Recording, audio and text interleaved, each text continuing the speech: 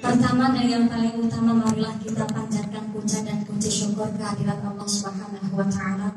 Iqraran bi qaulina alhamdulillahi rabbil alamin. Sehingga pada hari ini kita bisa bermuajah bil wujuh, bisa berkumpul di acara buka puasa bersama keluarga KSP Bakti Mandiri, yang mudah-mudahan ini majelis yang penuh dengan ibadah, majelis yang penuh berkah barokah dari Allah Subhanahu wa taala. Amin ya Allah ya rabbal alamin. Salawat beserta salamnya Allah kita sanjungkan kepada panutan alam baginda Rasulullah Muhammad sallallahu alaihi wasallam. Nabi Muhammad adalah satu-satunya nabi yang bisa memberikan syafaat kepada seluruh umatnya. Mudah-mudahan kita semua tergolong umat Rasul mendapatkan syafaat fiddin fi dunya hatal akhirah. Allahumma amin. Amin ya Allah ya rabbal alamin. Bapak Ibu keluarga besar KSP Bakti Mandiri, ini jam 4:30 lebih. Ini jam-jam di mana perut keroncongan, jam-jam dengkul yor, lemes. Dan ternyata saya pun tadi dari Cilacap jam 2. Ternyata di perjalanan orang bersantai-santai. Ternyata saya berpikir orang-orang di jalan bersantai karena supaya sampai rumah langsung buka bersama. Dan masuk saya di KSP Mandiri, sebenarnya saya sering lewat, tapi saya kira ini lobster. Terus setelah saya naik tangga bareng Mbak Jupri selaku kepala KSP Bakti Mandiri, baru dibuka pintunya sampai depan pintu, ces, rasa kayak pesantren. Subhanallah. Rasa kayak pesantren. Karena pertama saya lihat karyawati yang jemput saya, jilbabnya jilbab syar'i. Masya Allah. Masya Allah. Depan langsung saya masuk, bapak-bapaknya berbaju bersempok semua. Masya Allah. Dan grup simpul gurau dan hafal zikir asmaul husna semua. Masya Jadi Allah. masuk ke KSP Bakti Mandiri rasa pesantren tapi agak bau-bau duit. Walaupun Bapak Ibu staf karyawan-karyawati KSP Bakti Mandiri ini pakai masker, tapi saya rasa pegawainya gagah tampan, cantik molek tiada bandingnya. Terkenal manis bahasanya, budi pekerti dan tutur katanya. Ini ada rasa semangat di KSP Bakti Mandiri. Saya petik dari satu hadis. Ihris ala ma yanfa'uka wasta'in billah wala ta'jiz. Jadilah manusia yang bersemangat di dalam hal kebaikan. Wasta'in billah, mohon pertolongannya kepada Allah. Wala ta'jiz, dan jadi manusia jangan malas. Malas itu kalau bahasa Pati itu apa ya? Kalau bahasa Purworejo apa? Bubuhan. Bubuh. Kalau cara Cilacap beler. Beler itu keset orang-orang yang males nyambut gawe. Ya memang orang males, orang keset, orang beler pada ngebatin. Emang salah jadi orang males. Gawe dosa orang, ngerasani wong orang, gawe maksiat orang. Tapi namanya orang keset, orang males, orang beler nyambut gawe, orang males makaryo. Lalhar, keler, lompong, pelumpung, bakar, bodor, lemparang, lemburung, lembubalan, pekesan motor. Nyepet-nyepet di mata. Jadi beban negara, beban keluarga. Tapi saya masuk ke KSP SMP Bakti Mandiri ini ada rasa semangat untuk bekerja dan bergawe, walaupun di luar ada maaf tanda petik namanya koperasi simpan pinjam itu pasti terkadang minum sewu, kayak dilihat negatif dan lain sebagainya. Tapi saya memang baru pertama kali ngaji di koperasi ini, tapi jujur ada rasa senang. Bahkan tadi pas membaca Zikra Asmaul Husna saya ngebatin ini akan semua. Berarti pertanda betul-betul keluarga besar KSP Bakti Mandiri ini tidak hanya sekedar masalah bab duniawinya, tapi ternyata mengisi keseharian betul pakai praktek ibadahnya. Mudah-mudahan karena niatnya adalah ibadah. Kalau niatnya akhirat, pasti duniawinya juga bercanda, akhiratnya pun luar biasa akan barokah. Amin ya Allah. Jadi saya mau tanya, ini yang mengadakan ide buka bersama itu apa Pak Kepala apa dari staf? Pak Menteri Sultan.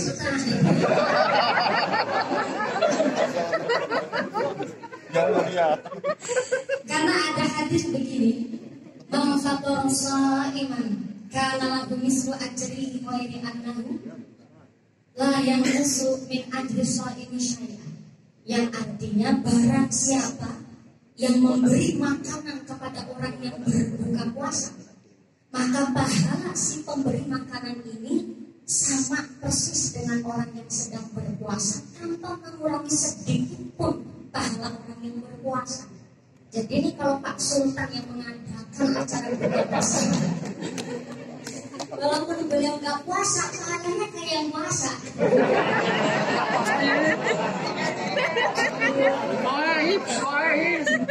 Tapi jangan salahkan, itu tafsir lewat Google.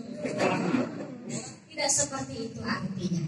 Karena kalau toh kita ikut buka bersama tapi kok nggak puasa, kira-kira afdol nggak? Ya, itu yang ditanyakan katanya. Soalnya ibadah puasa itu adalah ibadah yang tidak bisa dipamerkan. Ibadah yang tidak bisa dipamerkan dan tidak perlu orang berpuasa itu minta dihormati oleh orang yang tidak berpuasa.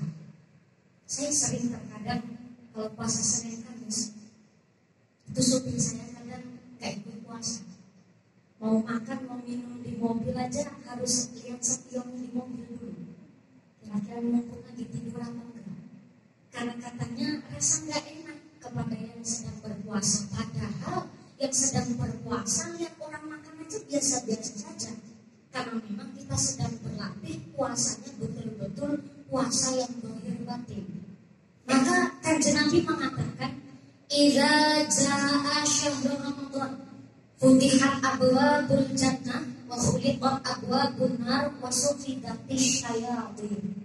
Yang artinya, apabila datang bulan Ramadan, maka dibukalah pintu-pintu surga, pintu neraka ditutup dan setan-setan dibelenggu. Dibelenggu itu diborgol. Diborgol itu cara Cilacap dikencang.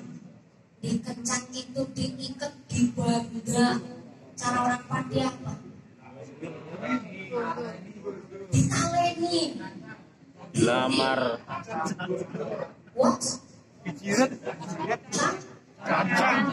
Cancang.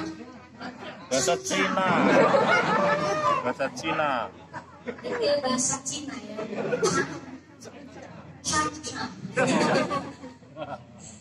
Kanjeng Nabi mengatakan apabila datang bulan Ramadan, pintu surga dibuka, pintu neraka ditutup, dan setan-setan pada dicambuk.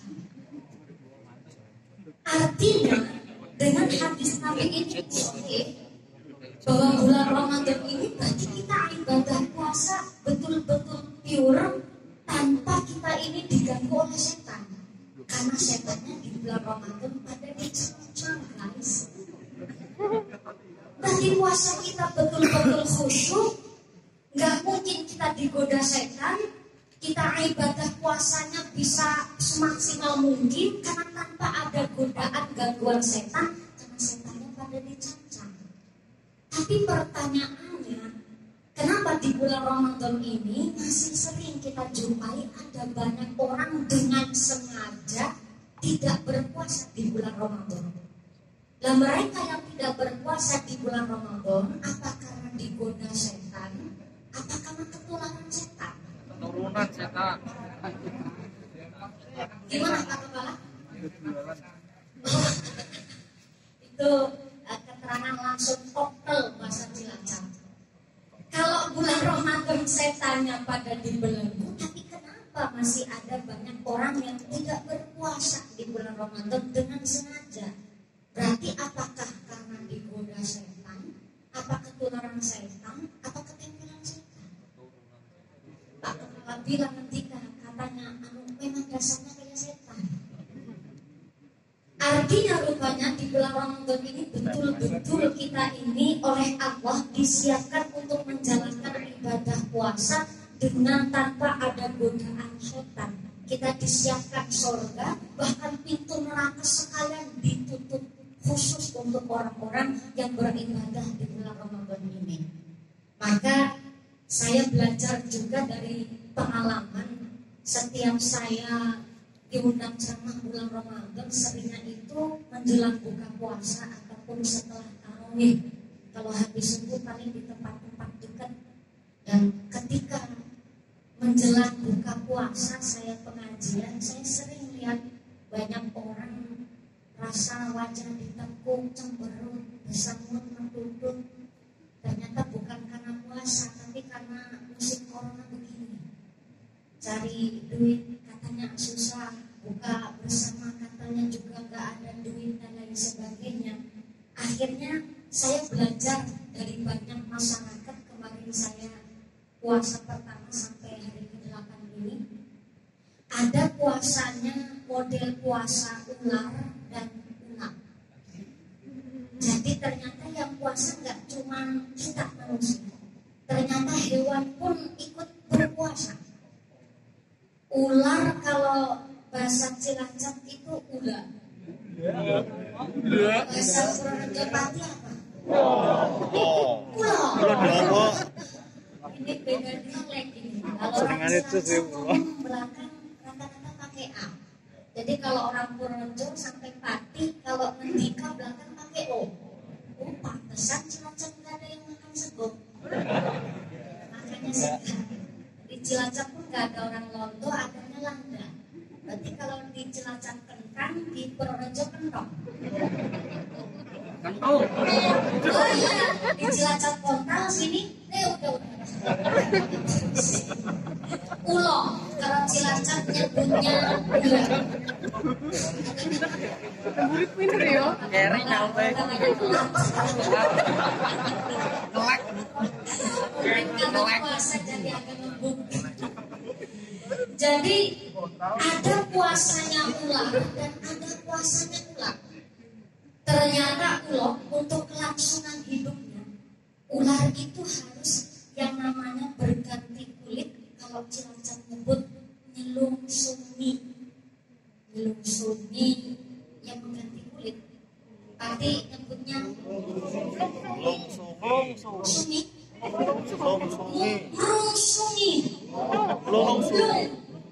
Melungsungi hampir sama nih. Kalau Cilacap nyebutnya melungsungi, di Pati melungsungi. Ternyata supaya ular bisa berlangsung hidup agak lama, dia harus melaksanakan melungsungi, mudari kulit. Tapi ternyata ular di dalam mudari kulit gak seperti gampangnya Pak Kepala mudari kantong.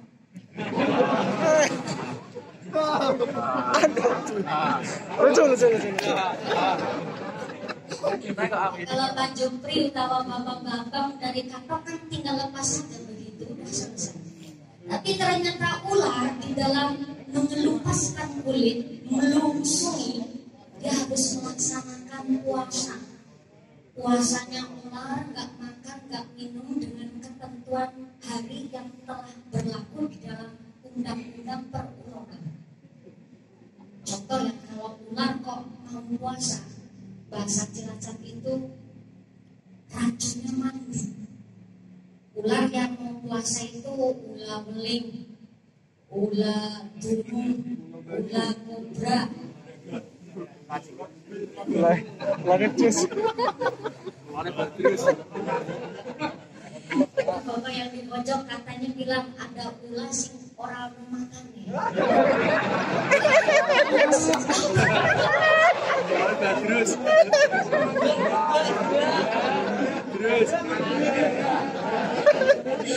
Sebenarnya sensitif kalau nyinggung masalah perbulonan. Ulah yang mau puasa, maka racunnya itu betul-betul tajam. Seperti ulah kobra, ulah dumung, ulah beling. Dia racunnya begitu dahsyat karena dia mau berpuasa.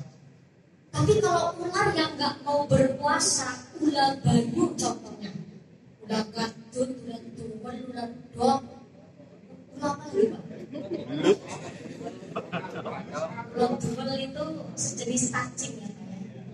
Itu ular yang nggak mau puasa, maka dia nggak punya racun sama sekali. Tapi sepuasa-puasanya ulo ada satu hikmah yang kita petik. Ulo yang mau berpuasa, contoh ulah kobra, ulah dumung, ulah beling, dia berpuasa nggak makan nggak minum. Tapi ternyata setelah berpuasa nggak ada perubahan sama sekali. Setelah berpuasa ulo namanya tetap ulo.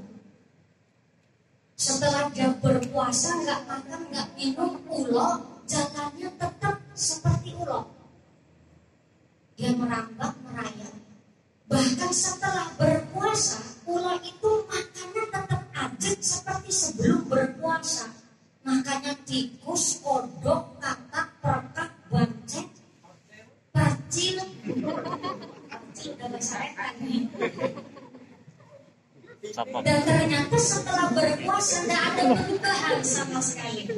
Namanya tidak berubah, bahkan makanannya pun tidak ada yang berubah lebih baik. Bahkan ternyata ulo setelah melungsuri, setelah mengelupaskan kulitnya, wajahnya ajeng. Tetap wajahnya kayak udah. Piti. Gak ada perubahan sama sekali. Berarti ulo setelah berpuasa gak ada tingkatan keimanan dan ketakwaan kepada Allah Subhanahu wa Ta'ala. Itu puasanya ulo. Beda sama puasanya ular.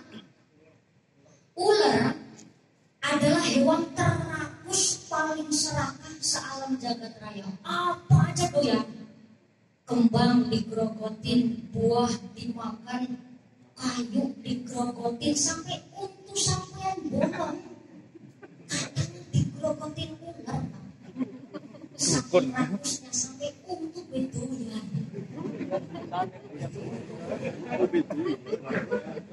Bahkan saja ular itu punya predikat hewan paling serakah sealam jagat raya. Tapi ternyata ular ini bosan. Disebut rakus, disebut serakah.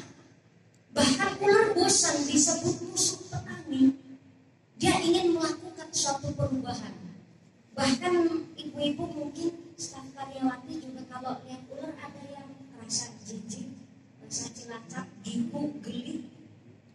Dan ternyata ular ini merasa dia bosan disebut menjijikkan, disebut sebagai musuh petani. Maka ular ini ingin melakukan suatu perubahan dengan cara dia berpuasa, yang disebut dalam bahasa biologi adalah bermetamorfosis. Dia masuk ke dalam kokon atau kepompong. Bahasa Cilacap kepompong itu entung. Di sini ada entung.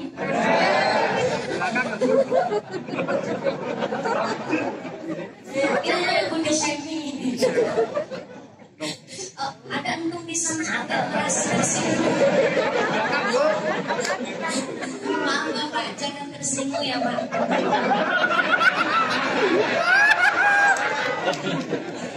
Kita lagi live streaming kan?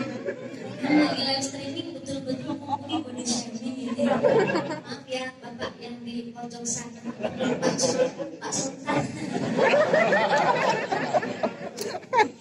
Entung ini proses puasanya si ulat.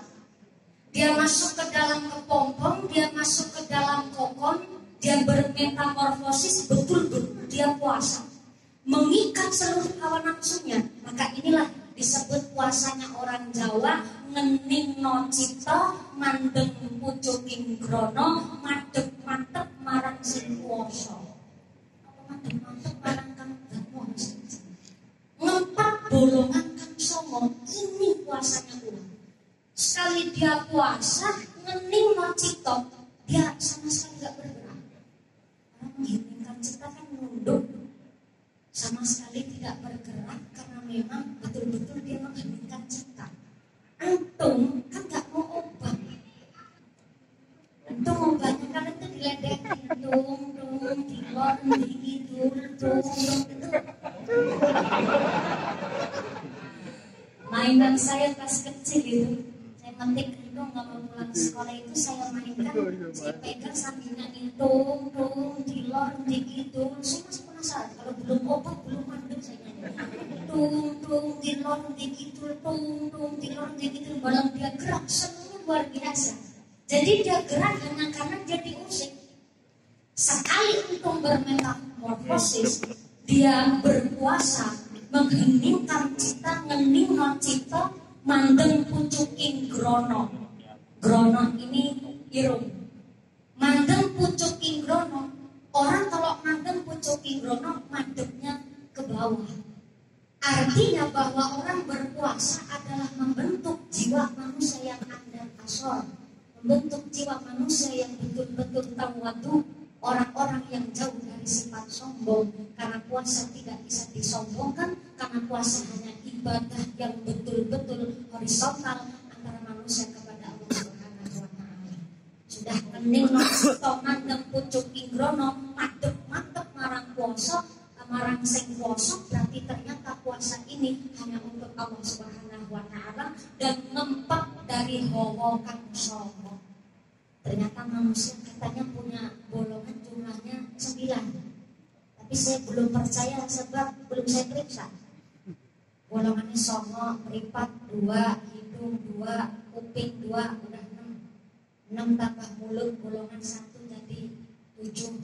7 tambah bolongan ngarep sama bolongan buri, berarti baru udah pasangan. Ternyata puasa ini betul-betul mengangkat hawa dari bolongan kang songo. Kenapa harus diempet? Karena ternyata bolongan 9 ini paling sering berbuat dosa. Maka untung di dalam dia berpuasa sudah betul-betul berpuasa, maka setelah dia berpuasa jadilah berubah